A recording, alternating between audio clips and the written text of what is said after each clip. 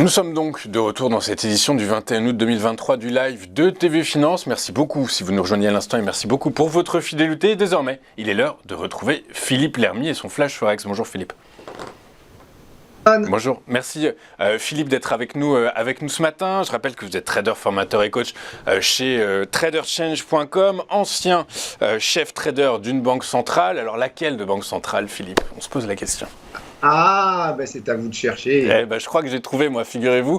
Mais écoutez, vous nous le direz quand vous le souhaiterez. Philippe, vous êtes donc ancien chef trader d'une banque centrale, avec nous régulièrement dans le Flash Forex. Juste avant de rentrer dans le détail de ce que vous allez nous présenter, comme à votre habitude, on va faire le point sur les événements majeurs à surveiller cette semaine. Et cette semaine, ce sont des indicateurs d'activité qui vont rythmer la danse, je dirais, sur les marchés financiers notamment.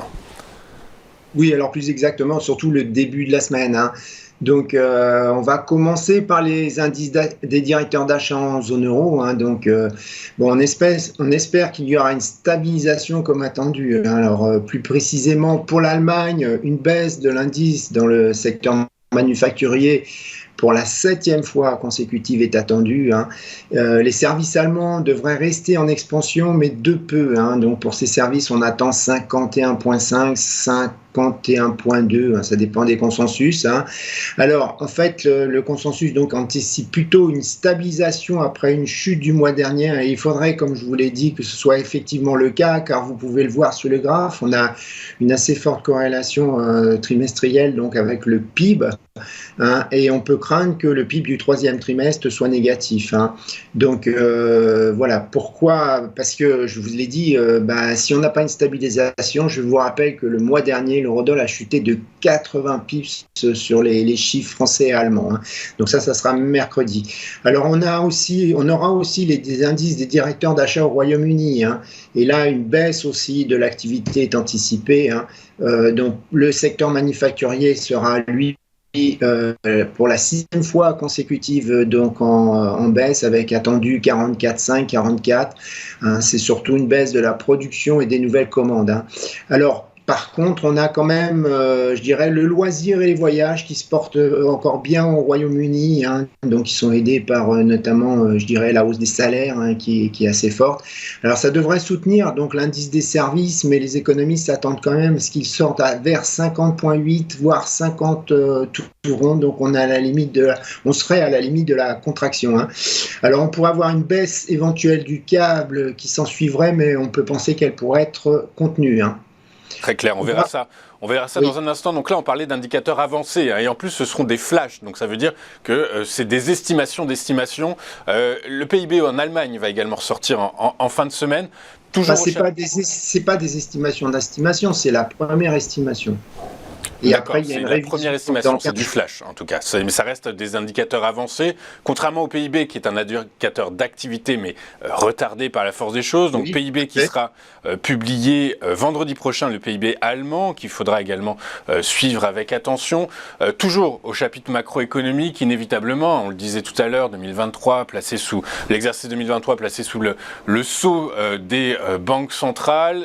Ce jeudi se réuniront à Jackson Hole lors de leur meeting annuel tous les banquiers centraux de la planète. Est-ce qu'il faut s'attendre à une communication et des décisions majeures, selon vous, Philippe ? C'est pas donc vous l'avez dit, ça sera organisé par la Fed de Kansas City du 24 au 26 août. Donc en fait, concrètement, c'est une réunion des sommités dans la recherche économique, des ministres des Finances, des plus grands banquiers centraux de la planète. Alors, comme vous voyez sur le graphe, donc les traders surveillent cet événement. Ça a été souvent le lieu d'annonces importantes de politique monétaire. Et vous voyez, ils craignent plus cet événement qu'une réduction politique qu'une réunion de politique, je veux dire monétaire de la Fed. On voit ça avec la structure par terme de la volatilité du S&P 500. Alors déjà, ça sera pas le 24, parce que le 24 c'est un dîner d'introduction qui sera vraiment important. Les temps forts, ça sera vendredi à 16h05 avec le discours prévu de M. Powell et à 21h celui de M. Lagarde. Donc, je vous préviens que sur cet événement, on a déjà vu le S&P 500 faire des variations extrêmes, soit à moins 4% ou plus de 2,5% le premier jour du symposium, et le dollar index, lui, des variations extrêmes de plus 0,8 à moins 1,1%. Alors, ce qu'on peut voir, c'est Powell qui risque d'être interrogé sur l'impact de la hausse des taux d'intérêt à long terme. Il pourrait mettre le focus sur une pause des taux directeurs plus longs que ce qu'anticipe le marché actuellement, qui anticipe une baisse à partir de mai 2024.